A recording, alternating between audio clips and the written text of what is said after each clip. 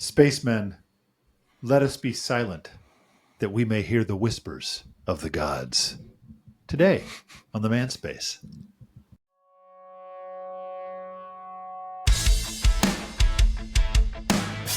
Welcome to the Manspace podcast. We're your hosts, Doctors Matt Brown and Rob Porter, and clinical therapist Mike Porter.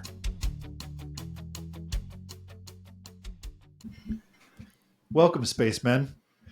All I ever wanted, all I ever needed is here in my arms. Words are very unnecessary. Dude. They can only do harm.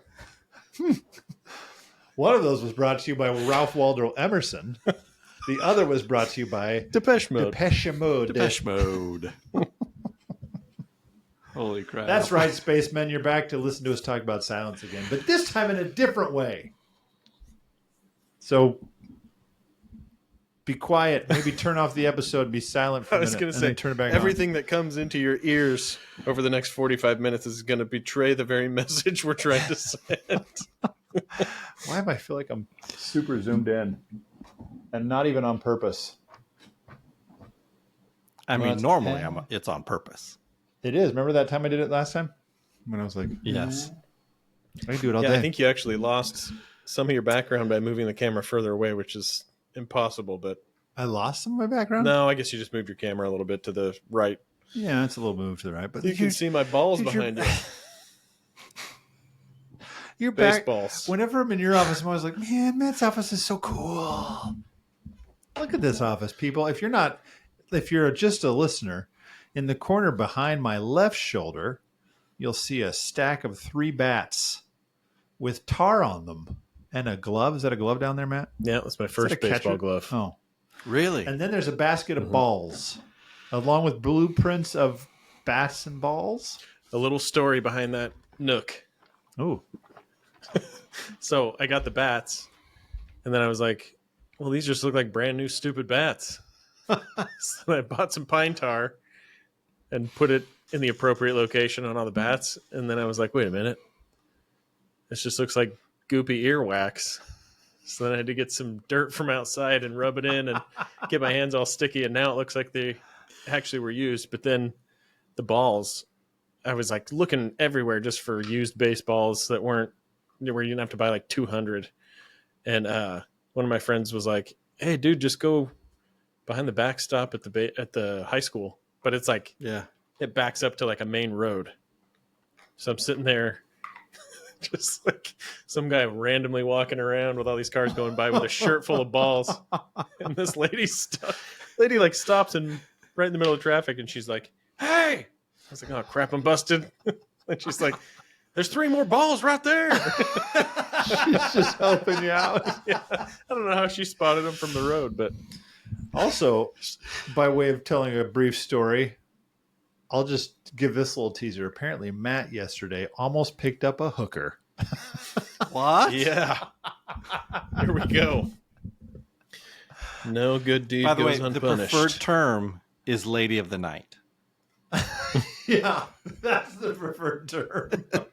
So I came over here late night because we're remodeling our bathroom. And because I I thought a hooker would be a good because I pay Should rent reward in this myself. establishment, I'm also paying rent for the dumpster. So I thought, I'm going to dump my stuff in my dumpster. That's right. So I brought all this stuff over, but it was like close to midnight. My wife and I dropped it off in the dumpster, and then we're driving down one of the streets right close here, and there's this lady walking down the road, holding a bag and like looking at her phone, but there's this truck like right behind her, kind of like going slow. So I was like, that's really weird. So we drove a little bit further down the road and then turned around, and I pointed my lights right at the truck so you knew someone was watching. I'm assuming I didn't actually get to see the driver, but anyway, so the woman that was walking, like kind of climbs back in the truck halfway and starts pulling stuff out, and I couldn't tell if they were arguing or what was going on, but then the truck like still wasn't quite leaving, and then finally took off.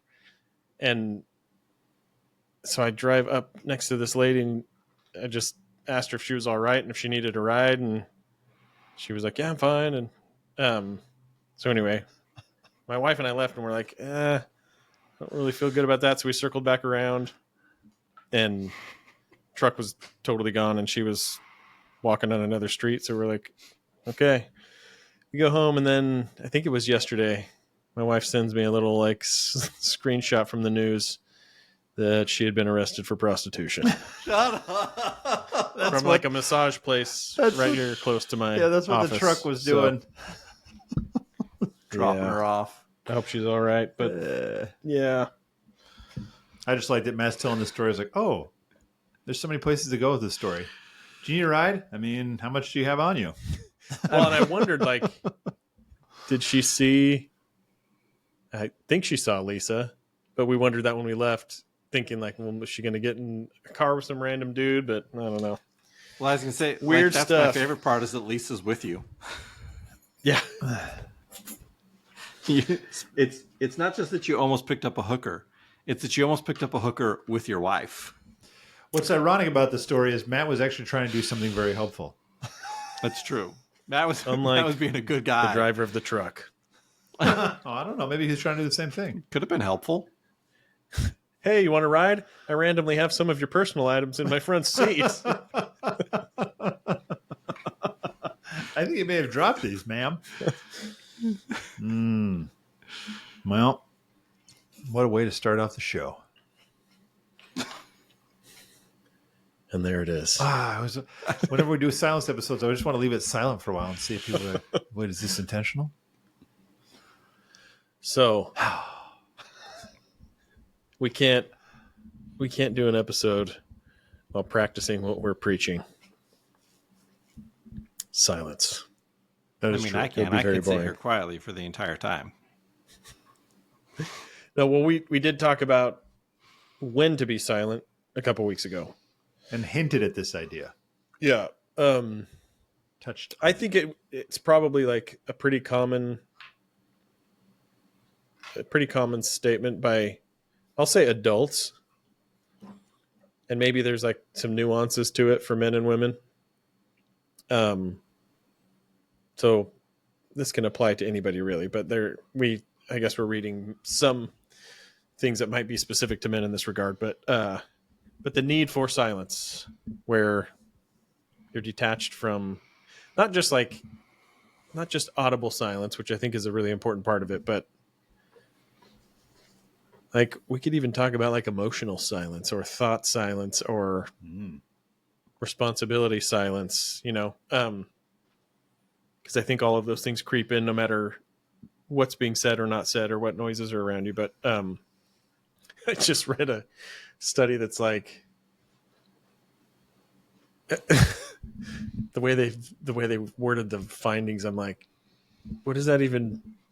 I don't know that tells us anything important. Basically, it was like a study of boys and girls showed that boys turn off a recording of a crying baby sooner than girls do. And I'm like, well, they still both turned it off. It's like, I don't know what, I think it was trying to highlight that boys are more distressed by. Yeah. And I think there is good research to show that there are some biological differences that, for conflict, for certain noises, maybe where men and women will be tuned in differently, but there might be kind of like a difference in the biological need for these types of silence. That guy was talking about like the evolutionary development of solitude. Maybe men in general have experienced more solitude than women have. He was contrasting it a bit with loneliness too. Like, shouldn't we worry? Isn't silence and like solitude going to just contribute to more feelings of loneliness? And I think maybe the distinction we'll make here today is that silence for silence's sake is probably meaningless, right? But if it's more silence to connect to yourself, then loneliness isn't as much of a concern. Yeah, I think being deliberate or intentional. I think that's a pretty big factor. I think this is kind of interesting as you're talking about it, and I can feel myself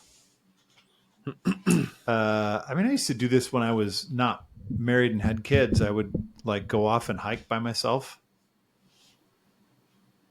which is really cool. Like you're just, and I try to do it. I think I usually did it without. I don't think I had. I was just thinking, I was remember gonna back say when back headphones? then you would have had to have had like a CD walk player or a CD Walkman. Yeah, so I think I just went out in the woods and did it. Like, Mm-hmm.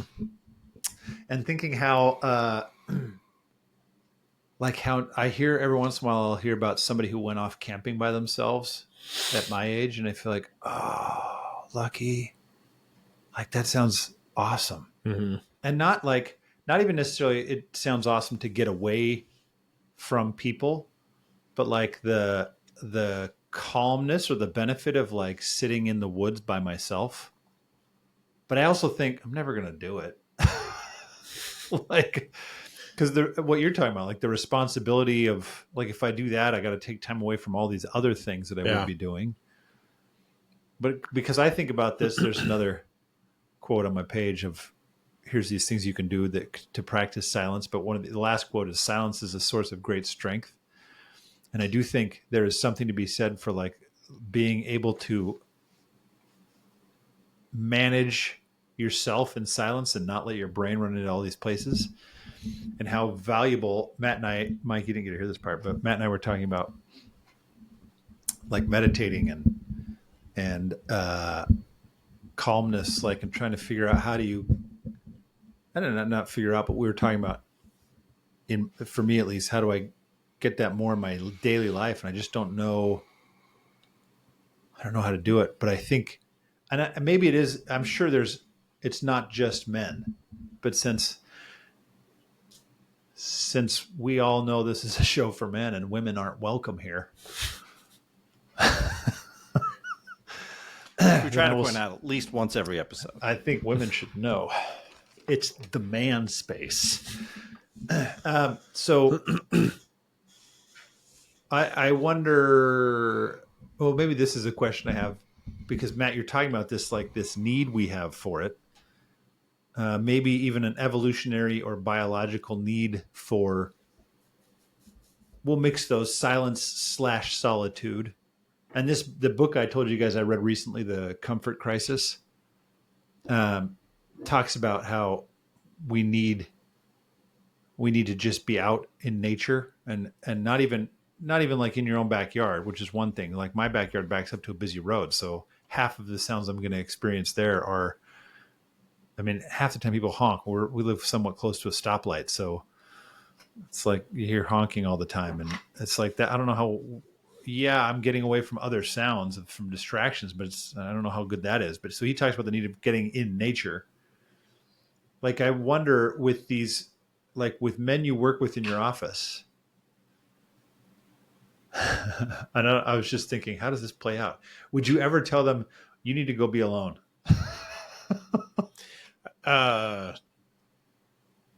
But Kind that's a of. good question. Would I ever tell them that? Or like you need to go sit in silence for a while? I mean, I tell people to meditate, Mm-hmm. but I don't think I'm emphasizing because that just sounds like a cliche thing that therapists say. Yeah, nobody really has a good concept of what it is. Yeah, I'm not emphasizing this is why you need it. Your brain needs to just sit still and observe what's going on around it in a quiet space. I think though you'd get the response like you're saying, I don't have time to. When am I supposed to do or like, that? when am I supposed to do that? Because Mhm. it more or less, I think it's like no one will let me do that. Yeah, That's a whole other episode, right? yeah. Which is like Yes. I had a guy I was working with, and his homework one week is I was like, look, man, I said, I want you to pick a day at some point in the next 2 weeks and go to your wife and say, hey, I need like an hour. And he's like, okay. And he came back the next time and I said, did you? And he goes, nope. And he kind of talked through why he Couldn't find didn't a good do it. time.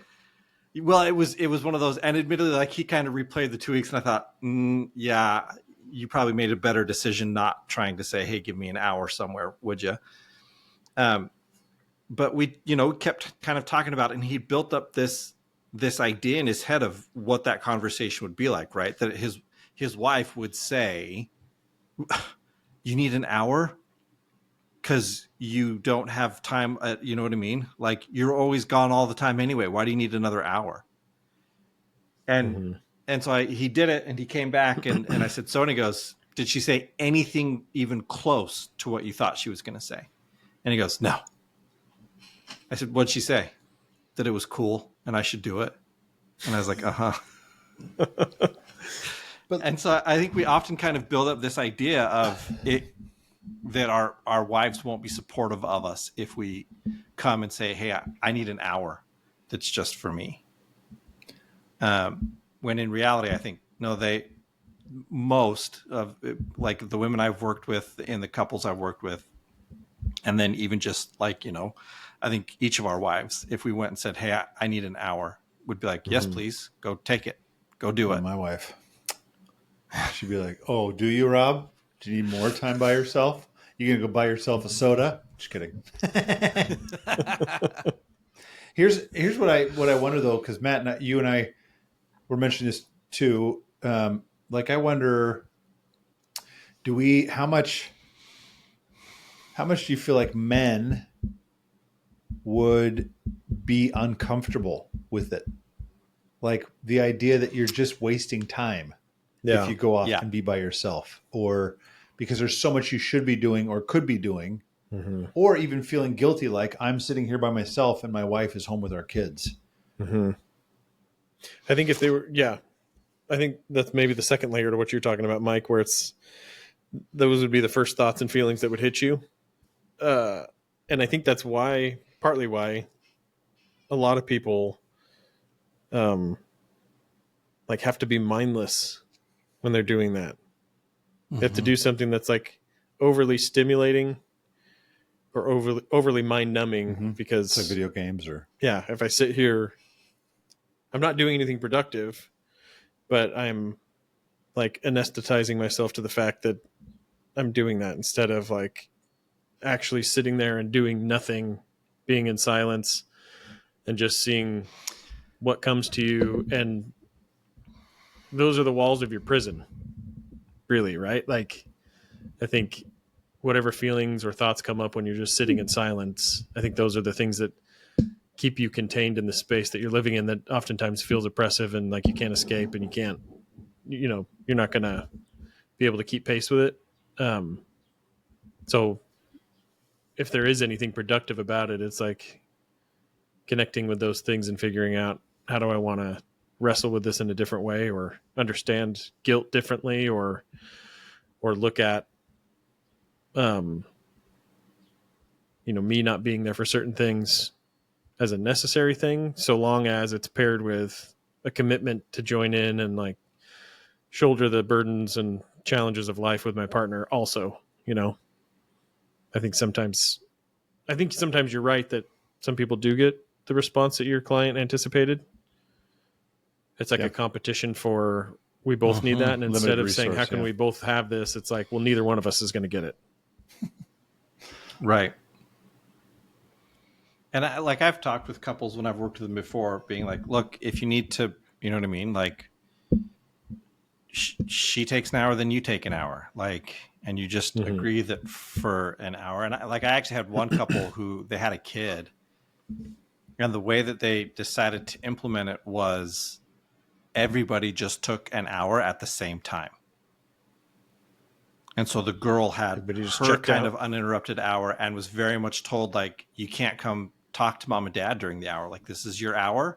You can do with it what you want, but mom and dad are off limits. And they thought it worked really well. Because they probably were a couple where there was some jealousy over one person getting time and the other one not. But yeah, there's ways around it, I guess, is, you know what I mean? Like, if that is the response your wife gives you, there's ways to work it out. I guess I'm like, as we're talking about this, I think I think there could be, I think that could happen. Kind of the competition for the limited resource of time and solitude. I keep wondering about this thing, and I'm reading more about it. The sedatophobia, the fear of silence. Essentially, I love the way we have to come up with diagnoses for everything. But Technical jargon for just saying like, "Hey, I'm freaked out Well- about silence." so because there's this And then study it's here that sedatophobia. there's this study that is talking about those who have like, because of, I think maybe the correlation would be as the rise of social media has basically trained us to always have something in front of us and always quick reinforcements, that being quiet is a problem. It said in some cases in this study that some people were having panic attacks or significant anxiety as a result of sitting in a quiet room. One person said, when there's no noise in my room, it scares me. Another person said, the lack of noise makes me uncomfortable. It actually seems foreboding. Another one said they basically couldn't do it and went and got their AirPods to create some noise. And it just feels like, I don't know that I've, like when I've done it, it just when I take time even to meditate quietly in my office and just listen to the sound of my office, it feels like that feels kind of nice to me. I don't think I've had this like fear of where my thoughts will go, but I've heard so many people say that. I've had clients who've said that I'm like, really? And they've said that they're afraid that their thoughts will get dark. Yeah, I've heard that. And like this thing here says, silence forces us to notice our automatic thoughts, the ones we can't help but think and habitually think, particularly the ones that shine a cold light on our fears and insecurities. And so it's like, oh crap, I'm going to find all the stuff I don't want to know. And I think being silent is such a powerful thing. Like it talks about in this thing too, like here's the benefits they've found: increasing concentration, it inspires creativity, it heightens self-awareness, it improves learning and productivity, de-stress and provides a sense of calm, it increases patience, it enriches and restores relationships, it has a direct positive impact on the body. All these things that it says that silence and solitude can do, but we're all totally afraid of it now. Like something is wrong. And Matt, you mentioned specifically, I'm not being productive. And it just feels like, man, are we so messed up now that like, you can't even just sit still and be quiet for a second? Or because I'm thinking about this thinking, I'm never going to get a full hour. And I shouldn't say never. Part of me feels like I'm going to do this. I want to, I got my rucksack. Nice. I went. Did you get your nipple bandages too? Actually, what's happening is the way it wears it like pushes into my pecs. Huh? Because they're so girthy. I've just got so much pec girth. But like my wife and I, we just do like walks at night. I think they're like 2 miles maybe. Mm-hmm. So I used it last night and I was like, oh yeah, you can tell this kind of wears on you differently than just walking.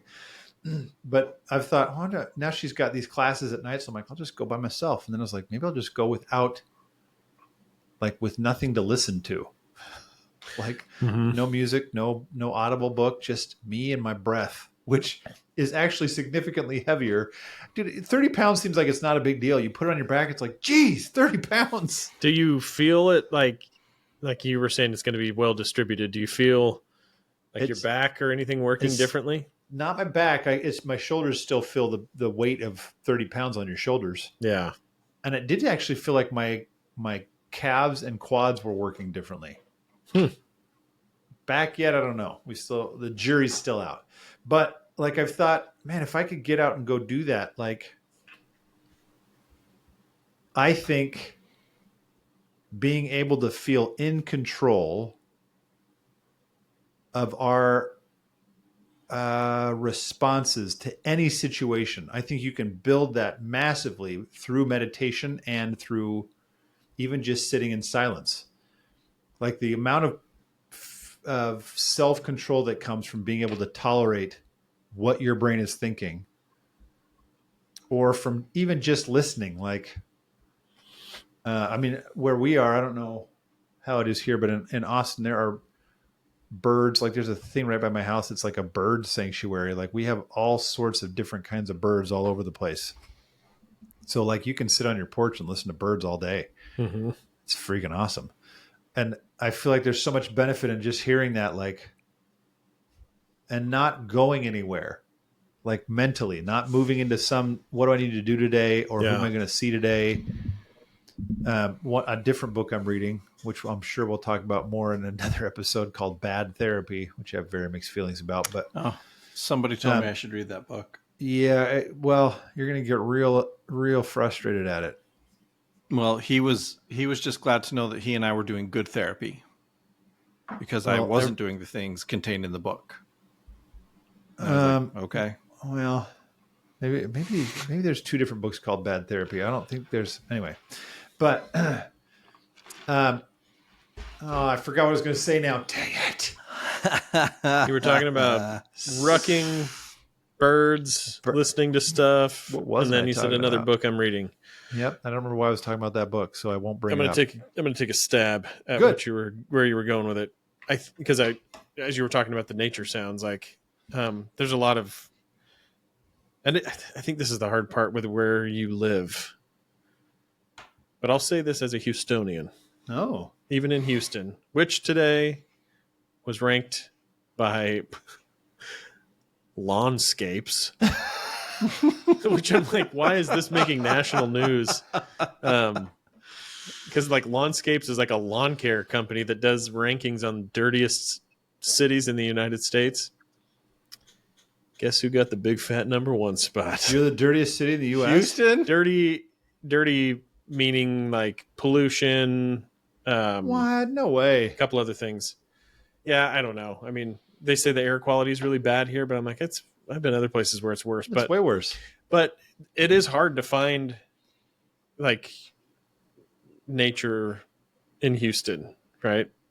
And when you do find it, you find that all the other bugs that eat you alive also found it, and then you have to contend with that. But even if I think back to when we first moved here and how I experienced like even something as simple as like green grass coming from Lubbock. Oh yeah. And how calming it was, how much going to Galveston was calming, right? My mindset has changed now because I'm like, oh, well, it's not that good, right? But being in nature, there's a lot of research on how restorative that is on multiple levels health-wise, right? I mean, obviously, if you're walking and things like that, you get the physical health benefits, but the calming benefits of just sitting there and kind of, I think it's a bit like an episode we did a long time ago where you connect with something bigger than yourself. Like when you realize like, oh my gosh, everything I'm hearing around me, the birds, the insects, everything, like the trees, they're all just kind of like existing and not sitting here worrying about all the things that I spend all my time worrying about, working for. And I think it's kind of a reminder that like the world kind of spins no matter what's going on in your head, right? Like, so I don't know if that's where you were going with it, but I think it's a big anxiety reducer. And I think it does connect you to a bit more of the interconnectedness that's all around you that isn't necessarily like life-threatening or stressful, but we tend to make sometimes our problems like, forgetting the milk at the store, like catastrophic, or turns into a big fight because it's tied to all sorts of other things. And yeah. So I think it's a more simple way to engage with the world, but it also feels like a waste of time or a luxury or, all of the things we listed that become kind of barriers to. I think something as simple as like, which we don't get to do very often, again, because of Houston's oppressive heat, is just like sitting around a fire. Yeah. Like even when it gets cold, I don't do it as much as I would want to. And sometimes it's like, well, we're not going to be in the woods. It's just a fire in the backyard. So, what's the point of that? But too much work. Right. I think some of like connecting to some of the most simple components of life, like your breath or, nature around you or the comfort. I mean, I just think about like the evolutionary comfort of fire. Man. I mean, think about when that transformed the way that we ate and all of a sudden steak became a thing, right? Or just protection or, like there's just a lot of comfort. And I think a lot of us have probably had really good associations around I'm just keep coming back to the fire, but like good memories around a fire, Yeah. right? Like that's Experiences. a hot tub, I want one. Yeah. right? Lots of good conversations in a hot tub. Like I think there are multiple ways to get to some of the benefits we're talking about, and silence and solitude. I think the first part of it, like we've said, is there's always going to be a ton of hangups, a ton of reasons why we don't do it. But we were talking at lunch about something separate where if we really focus on the actual tangible benefits that come once you get past those barriers, if we focus on that before we engage in the activity that we think we can't engage in, it's much more motivating. But like our first thought is, when am I going to have time to do that? Someone's going to say no. It's going to make somebody mad. So even if the benefit on the other side was $1 million, we're making those barriers so big in our head that there's no way we would reach for it, right? But if we're thinking about when I have had that time and when I do it and I get past all those barriers, this is the impact it has. I think we're much more likely to move toward it rather than just avoid it. Here's something I wonder about when you're describing, because I was sitting here thinking, yeah, like if we like telling people to go do this stuff, myself included, it's like, it's a good idea. I know I should do that, and I will one day, or maybe I won't. I don't, it's like, oh, I need to do that. Like anybody who listens to this episode, like, oh yeah, I should do that. It's a good idea. But then I think, but then what? Like, I don't know how much we see, like, do I actually believe in these benefits? Or do I feel like my value and what I think I need to get from life and what, like, how I'm succeeding in life,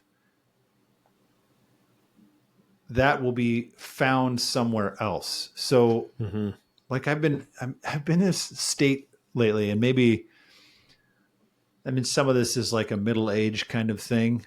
It always cracks me up to think I'm middle-aged. Right in the middle. Anyway, I mean, in my book, I'm already over, like I'm on the downward slope. I'm not going past 90, no freaking way. But that's like Rob's suicide note right there. If I get to 89, guys, watch out. So like, dude, did I tell you this? My grandma she didn't want to live to be 90. She died the day before she turned 90. The day before she turned 90. What? She's like, I will not live to see 90. And she died the day before. I feel like that woman is awesome. She's like, I'm out. That is crazy. She Anyway. had also been alone for 27 years. Yeah. That's sad. But so like I've been thinking about this, like we've talked about this before, that at some point I will look back and think that, like, doing this podcast, though it's never brought me anything financially, I don't think, like, I think I will look back and think that was the best time of my career. My favorite time of my career was probably during this time of my career. How many times can I say that word? And then thinking all these things that I'm doing, like I realize I'm at this point now where what am I racing towards? Like I'm in the phase I want to be in. If I'm racing the next one, I'm going to look back and think, oh, dang it. I missed that one. Because the next phase, it's like, yeah, retirement would be cool, but probably not. Like, not as, from everyone I've talked to, it's like, not that cool. Like I think this is probably, and who knows, I'm sure my challenge then will be to learn to love that phase of my life. But this is a long way of saying I'm trying to figure out how to make this stuff more meaningful now, to say, well, how do I actually get the most out of the time that I'm in now, instead of saying, that's something I should do, and decide instead, like, what I value. I don't value making more money. I value spending time doing the things I want to do. I value, I don't know, maybe it's travel for some people, or like I value going and camping because it's something that's relaxing to me. It makes, I spend time with my kids, or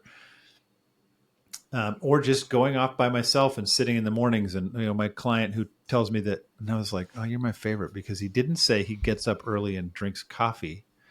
He said, I get up in the morning and it's quiet. There's nobody else around, because he gets up really early, which is one of the suggestions if you're looking for ways to find time to be in solitude and silence. Get up early. but he gets up early. He said, I read the paper, well, he reads the articles on his news app. He's like, and usually I've had, it's time to be done when I've had a couple Cokes. And it's like, oh, he's getting up in the morning and pounding 2 Cokes. I was like, that guy is living my dream. Quietly drinking his Cokes on his back porch. But I think, like the idea of making this somehow tangible now to say, man, I've also thought many times, I don't want to get to old age and be the person I didn't think I would be when I'm old. Or I don't want to be the person I don't want to be when I'm old. I don't want to be the guy who's like grumpy and angry and lamenting what he missed or lamenting the good old days or something like that. I want to be somebody who is present in the life he's in. The only way to do that is to start doing that now. Like, it's not just going to show up when I'm 65 or 70. It's got to show up now. Like, I got to create it now. So I don't have the answer to this of thinking, how do you make this more like a day-to-day tangible thing of this is why I really value this? Because I think you have to shift what you value. If you value this because you think it's going to make you more money in the long run, you will not value silence and solitude. Mm-hmm. It could. I'm not saying it couldn't. Meditation can do a lot of things for a lot of people. But you have to learn to value, I don't know, to like maybe it's like I feel like I'm missing the life I'm living right now. I don't want to miss this. I want to get the most out of this experience that I can. So then if that were true, then how would I live that differently? Instead of, well, I need to do this or I should be doing this. This should be thing is just such a depressing. Anyway, so I'm ranting off now. I don't even know where I'm going anymore other than me thinking, there's all these tips I could give and say, like this, actually, I like this article when it talks about here's some things to do. It talks about getting up early or staying up late, but make sure if you stay up late, you find your space by yourself and you turn TV off and things like that. Yeah, it's not just like you're not just staying up late watching, binging on something late at night. Yeah, I say there's a different quiet to me in the morning. Yeah, I like the quiet. Like I've done the late night and the early. Like I've done them both, and it's a different quiet. I think early in the morning. Oh, I just remember what I brought that book up, the Bad Therapy book, Mike. You mentioning that early in the morning. It talks about how, like, if you ask yourself, "Are you happy each morning when you wake up?" the answer is going to be no. So don't ask yourself that. And I was like, yeah, if you just get up with the mindset of like, I'm just here to be quiet and still, then it's a different thing. But if you get yourself up and then you start thinking about your day, my sister's boss or coworker said, like, he will not let himself touch his phone for like at least an hour when he wakes up. Cause he said it started to feel like I was waking, like I set an alarm so that I could look at my phone. I was like, well, that's freaking depressing. Yeah. But this thing also talks about things like meditation, exercise, go for a walk, yoga, reading, journaling, bathing. He even says that might not seem very manly, but I don't care. It's relaxing and enjoyable. Taking a bath. Yeah, taking a bath. Yeah. Showering's not real manly. No, relaxing. He says, Calgon, take me away. Remember that? Get a massage, the right kind, not the wrong kind. Not the kind that gets your masseuse arrested the next day. But he even says if you have kids, he really emphasizes do the early morning stuff or the late night stuff. Like, spend time with your kids, but make sure you put time in. And I do think it's valuable to like say, this is worth it to me that I will wake up early to do this, or, turn this thing off. I think the intentionality behind it makes a huge difference in terms of how much value you get from it, in terms of getting your brain in the right space. I will say this too about the early morning thing, because I know, Rob, we were having this discussion at lunch, and Rob's firm belief is that there is no circadian rhythm difference. Yes. Okay. I was like, I believe we are designed, evolutionarily speaking, to be up with the sun and down with the sun. But anyway, go ahead. Biologically, maybe. I'll say, like, I'm not like a super, super late night person. Yeah. And I'm also not a super, super early morning person. So I'm like, if I had to pick my ideal, it would probably be like if I had no other things kind of like dictating my schedule, right? I think I'd probably end up like most naturally going to bed at midnight and waking up at like 7. So shifting that a couple hours where I'm like asleep at 10, Yeah. getting up at 5 which is really, especially during the school year, that's the only time when there's in the morning when it would just be alone, kind of. I mean, people are up close to, like an hour after that or whatever. But if I don't do that, that doesn't happen. Like, I know no way am I going to even like go on a walk or exercise or do anything in the evening, because I'll feel like I should be focusing on my family during that time. That's the time I get to see them. Right. Yeah. So a tip, if you're like me, this is the only thing that has worked for me, and it doesn't work. It's hard to get into the rhythm, but once I'm in the rhythm, I can hold it for a while, and then I fumble it, and then I have to go several months and have to pick it back up again. But, and this is maybe another nuance to it, which is a weird psychological thing for me. It's kind of like, if everybody else is up, if everybody else is going to be getting up, if everybody else is on this schedule, right? It's harder for me than like in the summer when I know everyone's sleeping in, and I'm like, yeah, well, cool. I'm going to be the only one that's up. Yeah. Right. It's like some weird sort of like, as far as I can tell, some weird like opportunistic part of my mind where it's like, I have total access to this thing because no one else is doing it, Yeah. But the other part, I think, is if I wake up and before I can think at all, if I just like instinctively sit up or stand up, it's like 99% chance that I'll follow through with the rest of the steps. That's right. So it's like just springing out of bed is like the only way to kind of get myself into that rhythm. If I sit there even for like half a 10 second. seconds, Yeah. I'm like, well, you know what? It's probably not a good thing for me to get up this early, because then I'll kind of be wiped out later for stuff. And but you know what? I should probably, and then I can talk myself out of it super fast. But Dude, I think there's something to just like act right now and set yourself in emotion. And then every time I've done that and I go on a walk or whatever, like my day is like, we've talked about this before. It's ridiculous how much better my mood is just like starting the day after that. Like it can be like horrible without it. And then like, well, for no other reason than I got up and I went on a walk, it's like, today's going to be great. It's going to be a great day. And there's that Admiral, I think he was. The make your bed guy? Yeah. Mm-hmm. Where he talks about, and there's a ton of studies about not using snooze. Yeah. Like when you use snooze, you're starting your day by procrastinating. Right. Yeah. And so the whole thing is like doing what you're talking about, right? That jump up and the guy saying like, get up and make your bed. You've already accomplished something. Mm-hmm. And like when I heard it, I kind of rolled my eyes at it until I started doing it.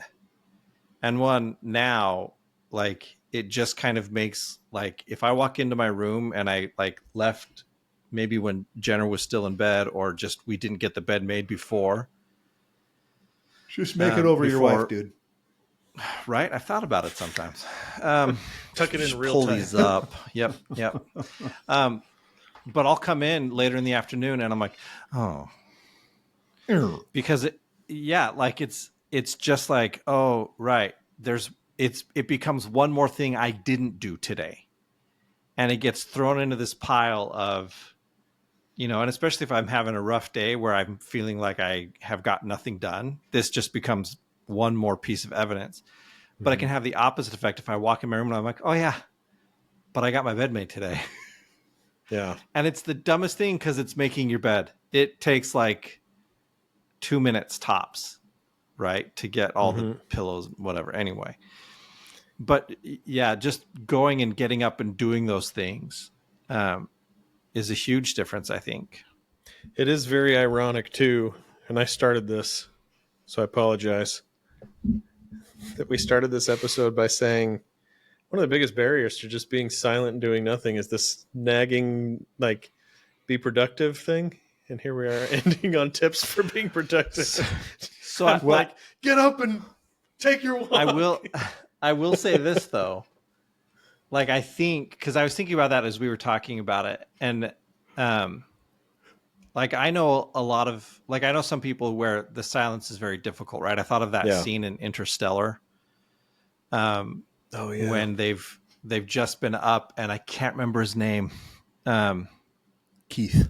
but yeah, sure. Keith is expressing right, like there's just it was like an oppressive silence to him, right? Because in space there's no sound. Mm-hmm. And so, McConaughey's character comes and puts headphones in and turns on nature sounds. And you kind of watch, the guy like, oh. And so I think, yeah, there could be something to this idea that for some people that silence is a very difficult thing, especially if that's not what they're used to. And so, like for me, one of the most relaxing things I ever do is origami. And I have a handful of pieces that require a lot of folding. Like I have one that's like 30 pieces of paper, and it's a pretty intricate fold. 30 pieces of So it's paper or not 30 like a folds? quick. No, 30 pieces of paper. Jeez. Each Big paper Ben. probably has, I don't know, 10 or 15 Actual folds. size. Yeah, it's massive. But it's one of those things where I've done it in front of TV and watching movies and stuff, but I've also done it just sitting in like my classroom at the end of the day when everyone's gone and there's no music on. It's just me and I'm folding paper, and my mind, the few times I would do it, just kind of settles. And I don't mind the silence. I don't mind anything. What I'm doing, I've done it so many times, does not take any thought. It's just like my hands just kind of do it. So it's keeping my hands engaged, but my brain is just like, it can go anywhere, and it can, to quote Depeche Mode, it can enjoy this. Oh wait, is it Depeche Mode? Yeah, I can enjoy the silence. Yeah. That's Depeche Mode, right? And so I think, like if that kind of silence, if what we're talking about to you is like, I don't think I could do that. Okay, then start with an activity that you can do that doesn't require a huge engagement from your brain, but that also, like, there's no noise to folding paper, right? Like it's a really quiet activity. So I think, right. So do something like that. Even getting up and going for a walk, like, yes, you're accomplishing something, but if you're not taking your headphones, you're also just out in the quiet because it's early. Right. And so to me, I think, sure, we are talking about being productive, and that does boost our day. But I think, right. But you're also getting up and going into a silent activity other than the natural sounds around you. Mm-hmm. Well, And so, well, to be clear, to me, it wasn't so much about, though I do agree getting up. My wife and I just said that this morning. If I just get out of bed, it's fine. Yeah. Yeah. Mine wasn't so much about, I wasn't saying it so much to be productive as much as saying be deliberate. Like this one, you will not be able to get out in silence accidentally. You're going to have to push something off in some way to prioritize this, to make it meaningful to you. And the more you prioritize it, the more meaningful it will become. So whether it's origami or walking or something else, like just something that is you deliberately going and doing this, I think will go much further than just kind of, I didn't have time to get to it today. Well, yeah, you probably won't. Because I don't know if you'd be more productive that day or not. I just think I was sitting here thinking I'm gonna try some things out in the next couple weeks or so. In terms of getting up, my getting up has gotten a little dodgy lately. Like I don't get up. My alarm goes off at 5. I'm not rolling out of bed till 6. So like, I feel like I want to be a little more deliberate about that. And I want to be able to, like, I want to do at least like a walk or run. I should say a ruck or run, where I'm not listening to anything, just whatever's going on around me, which is not always easy for me to do. But I feel like there's a lot of benefit in just hearing like the wind or whatever it is. So I'm committing to this. I'm doing it. And that is all.